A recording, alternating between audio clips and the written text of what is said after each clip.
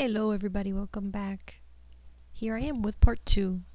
I believe this is going to be a saga because I was looking at the old clips I made in the old tazas of Donald Trump, and there's just so many.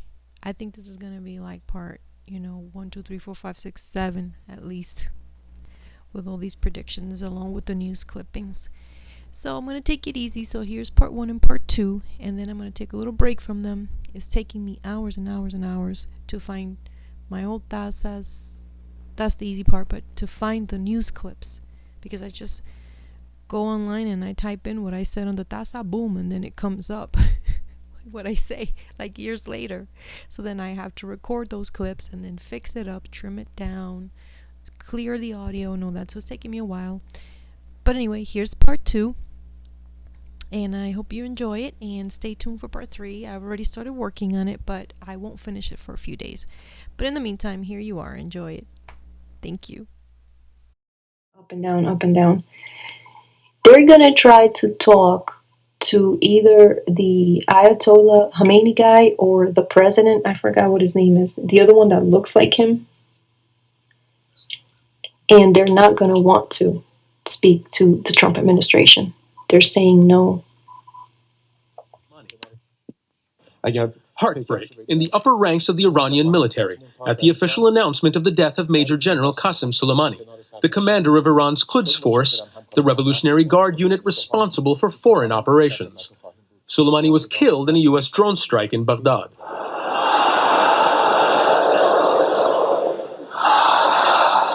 And anger at Friday prayers in the Iranian capital for the assassination of a man who led the charge against ISIL in Iraq and Syria, and whose death seems likely to lead to more conflict.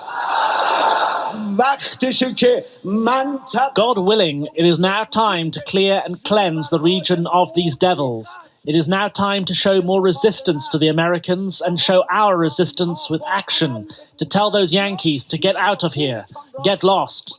Well, the top secret documents that former President Trump stashed at Mar-a-Lago apparently included highly sensitive intelligence regarding Iran's missile program and China. The Washington Post broke the story earlier today. Now, if those documents fell into the wrong hands, the Post reports, it could expose intelligence gathering methods that the United States wants to keep hidden from the world. People aiding U.S. intelligence efforts could be endangered, collection methods could be compromised, and other countries or U.S. adversaries could then retaliate against the United States for actions it has taken in secret. Mr. Trump has insisted that he declassified any documents in his possession. He's also claimed that a president can declassify information just by thinking about it. Notably, Mr. Trump's lawyers have not made those arguments in court, and an appeals court ruled that there was zero evidence that Mr. Trump declassified any of the documents that FBI agents found during their search of his home and private club Mar-a-Lago back in August. Before he goes, he's going to throw a tantrum. And he not only is going to throw a tantrum with us here in the States, he's going to throw a tantrum with everyone in the world. Almost. January 6th is a day our own correspondents covered and lived through, and one that over the past year we have continued to learn more and more about. Amna Nawaz takes a look back with this timeline of the historic and deadly events of that day. USA!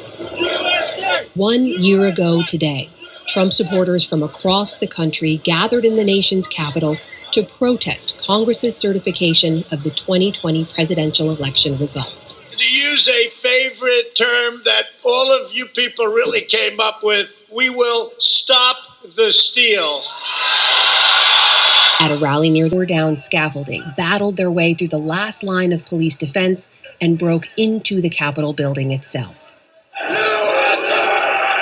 NewsHour congressional correspondent Lisa Desjardins was inside the building reporting live as it happened. Judy, there are protesters. Protesters have now broken into the U.S. Capitol, damaging property and searching for lawmakers. Security footage captured the moment Capitol Police Officer Eugene Goodman shuttled Republican Senator Mitt Romney of Utah to safety before running ahead to divert the approaching mob away from the Senate chamber. Rioters came within 100 feet of Vice President Mike Pence, whose security detail took him to safety from an office near the Senate.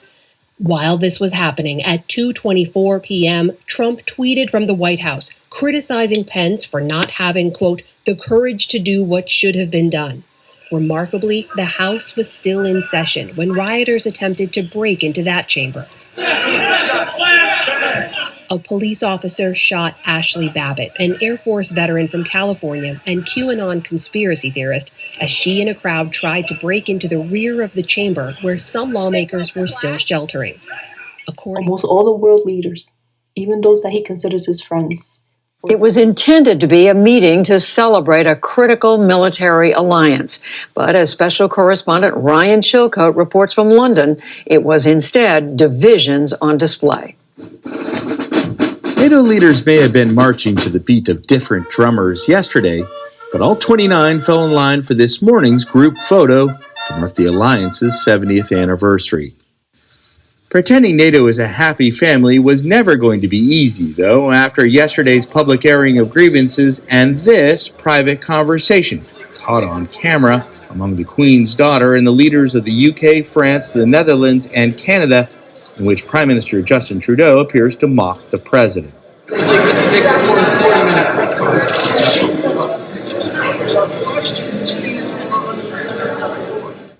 They may not have been the only jaws to drop. In yesterday's meeting, the president openly questioned whether NATO should defend countries that don't pay their fair share on defense, while adding Canada was, in the president's words, only semi-delinquent. This afternoon, the president was asked about the candid moment during a meeting with German Chancellor Angela Merkel. Well, he's two-faced. And honestly, with Trudeau, he's a nice guy. I find him to be a very nice guy. But, you know, the truth is that I called him out on the fact that he's not paying 2%. And I guess he's not very happy about it. Trudeau denied that. I've had a number of good conversations with the president over the course of this day and yesterday. I have a very good relationship with President Trump and his team. This is a concern the United States legitimately has, that every country needs to step up in different ways. 2% is the amount NATO countries committed to spend on their defense and weapons like this armored vehicle NATO has on display here back in Now that whole bull with Jared and his evil lair involves another country. And this is a country I can't tell. I mean, yeah, it could be Turkey.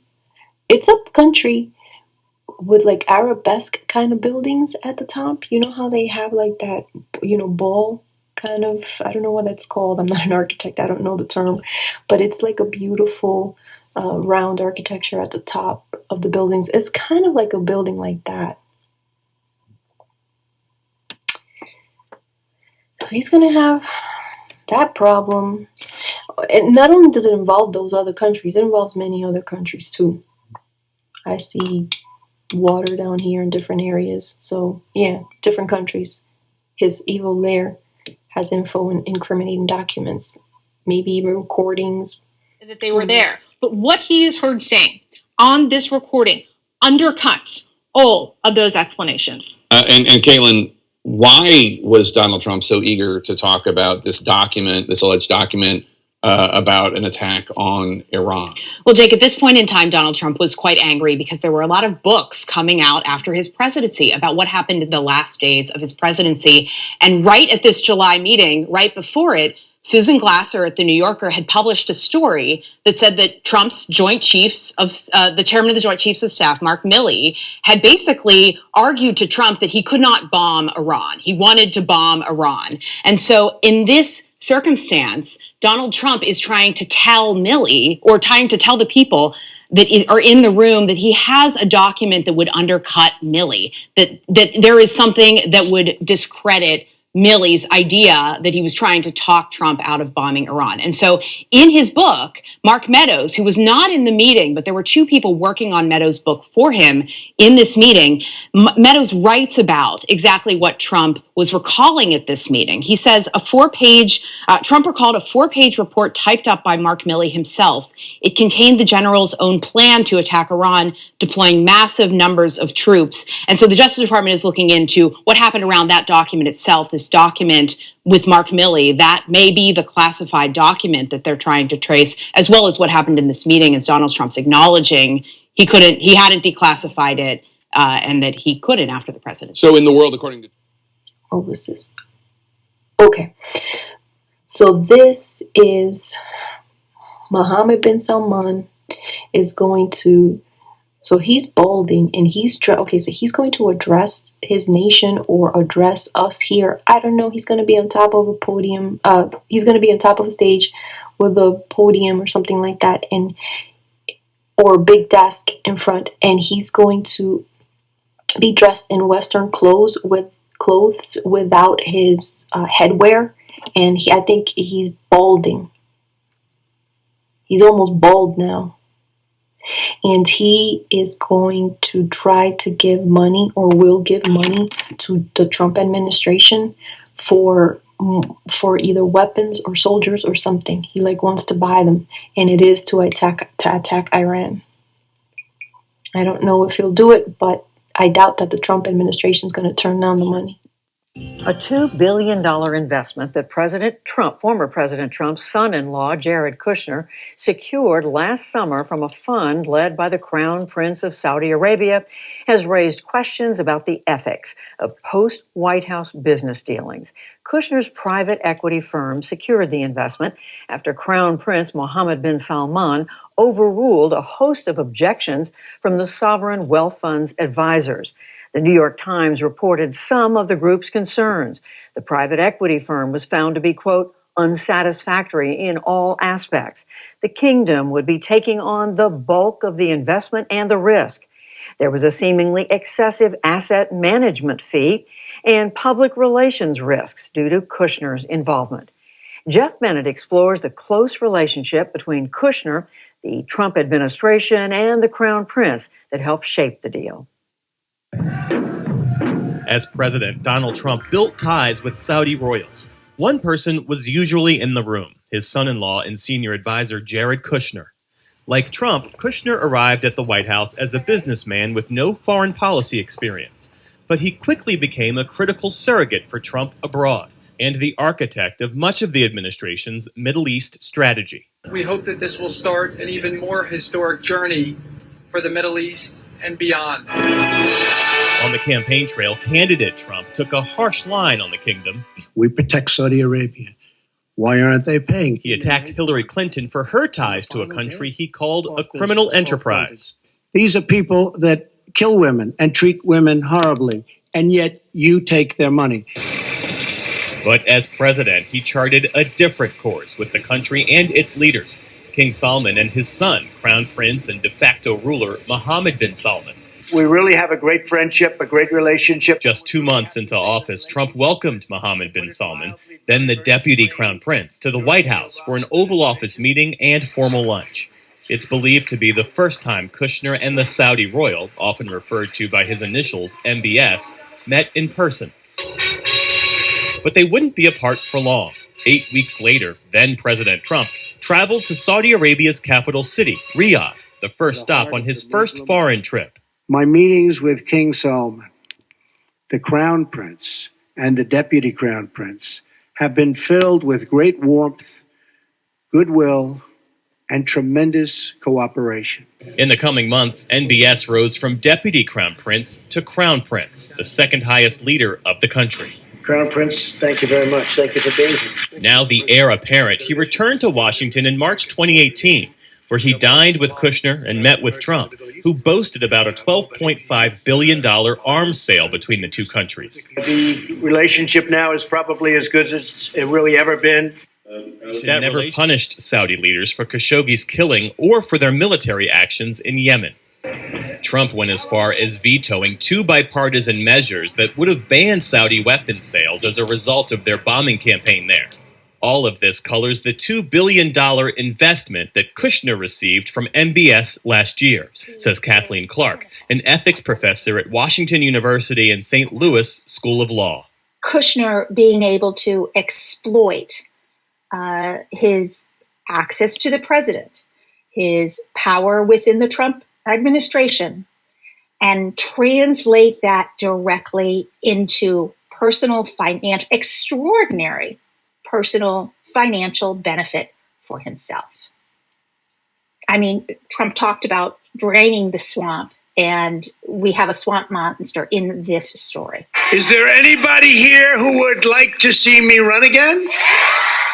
With Donald Trump floating a potential run in 2024, the scrutiny of Kushner's dealings only intensifies, Clark argues. There is some law on the books that should prevent Kushner from participating. However, what we know is that President Trump is perfectly happy and seems to embrace disregard for ethical standards, as we saw repeatedly. A big dollar deal with big ethical questions. For the PBS NewsHour, I'm Jeff Bennett. And then to kind of distract, this is what confused me about this cup, because I was like, why? What? Excuse me? Like, what? They're gonna start some crap with the president of France. They're gonna start some crap with France. Emmanuel Macron. They're gonna start some crap with this man during this whole thing. During the election, before the election, either right before the election, during the election, or right after the election, they're going to start some crap with France. Why?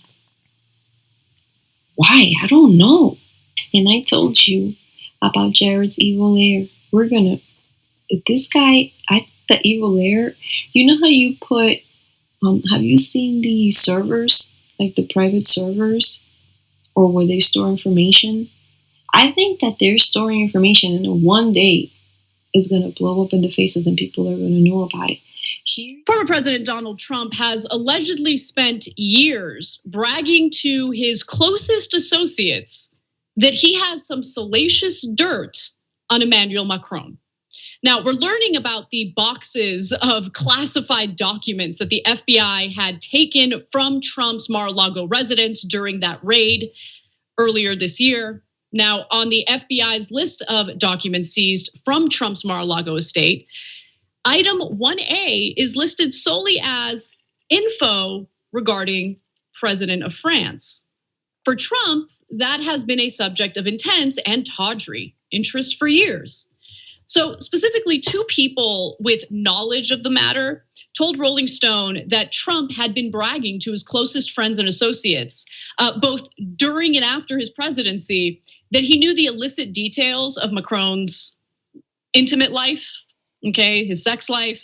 And apparently Trump even claimed that he learned about some of the dirt through intelligence that he had either seen or been briefed on. Ask you, former President Trump, there was an FBI raid on his Mar-a-Lago estate. I'm sure you've read about it.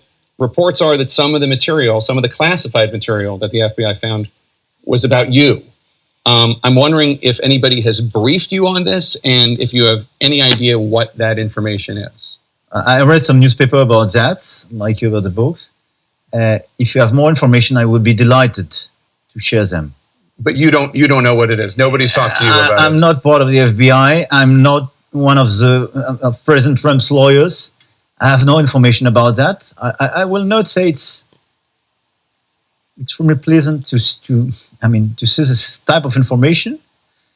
I try to be less paranoid each day. So I'm cool. I'm here, and I would be delighted to have more information. But it's not on my side. So my favorite taza is the taza that I did on Boris Johnson, and I saw that they were going to find some enormous giant fish snake thing in the UK, and then they found a dinosaur bones in the UK belonging to an ichthyosaur. But I will tell you that the cup that shocked me the most, and I think that I'm the most proud of, was a cup I did, 2 cups. One I did in January of 2020, and another one that I did in October of 2020. They are like sibling cups, because on both cups I saw people going crazy climbing up a court-like building down in Washington because Trump did not want to leave. He did not want to follow the law. So he was going to encourage them to take up action for him, and that there was a woman that was going to be hurt, shot. And they were going to be climbing up the building and hanging from everywhere in the building and from vehicles. And I saw a bunch of them protesting, going crazy, doing maniacal things. I saw some disgusting things on that taza, but I wasn't 100% sure, so I just said maniacal. And then I found out, came out on the news, that they even defecated. They defecated on the Capitol, inside the Capitol. So that was the cup that shocked me the most, because when I was reading it, I was very hesitant to say, because I didn't want to scare anybody. Okay?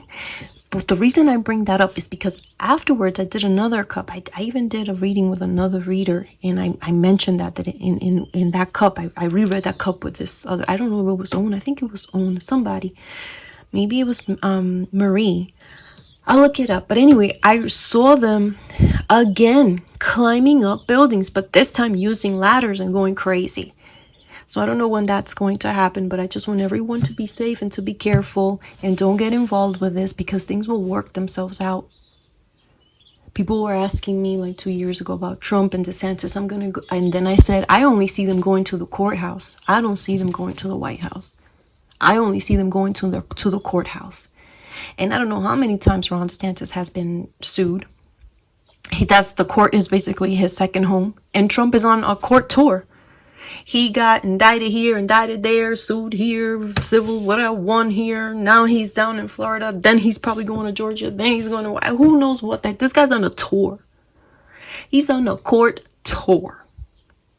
And I don't know in which city, crap will hit the fan. But you guys, please don't get involved, because there's going to be some craziness going on.